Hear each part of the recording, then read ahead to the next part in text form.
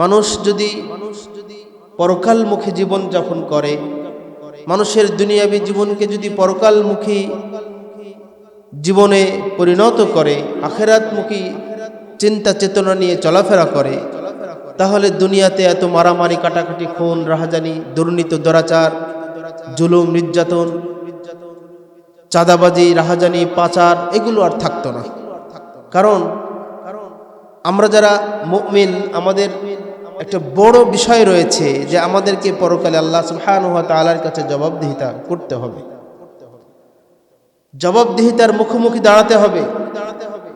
আমি আমার জীবনের প্রত্যেকটা মুহূর্ত, প্রত্যেকটা কর্ম, প্রত্যেকটা কথা, প্রত্যেকটা সেকেন্ড এবং মুহূর্ত আল্লাহ সুবহানাহু ওয়া তাআলার কাছে জবাবদিহিতা করতে বাধ্য হব। এই জন্য আল্লাহ তাআলা আমাদেরকে সৃষ্টি করেছেন।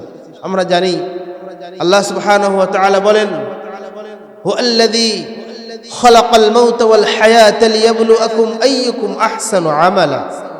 তিনি সেই সত্তা যিনি মৃত্যুকে সৃষ্টি করেছেন, জন্মকে সৃষ্টি করেছেন, লিয়াবলুয়াকুম, তোমাদেরকে পরীক্ষা করবেন বলে। অবশ্যই আল্লাহ তাআলা আমাদেরকে এই দুনিয়াতে পরীক্ষাগার হিসেবে পাঠিয়েছেন এবং প্রত্যেকটা মুহূর্তের হিসাব কড়াই গণ্ডায় আল্লাহ সুবহানাহু ওয়া তাআলা কিয়ামতের দিন গ্রহণ করবেন।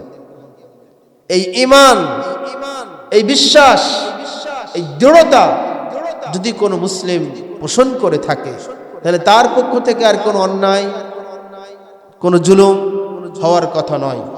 কিন্তু আমরা নামে মাত্র মুসলমান, আমরা নামে মাত্র ইমানদার, আমাদের সালাত নাই, সিয়াম নাই, যাকাত নাই, হজ নাই, আকীদা নাই, মানহাজ নাই।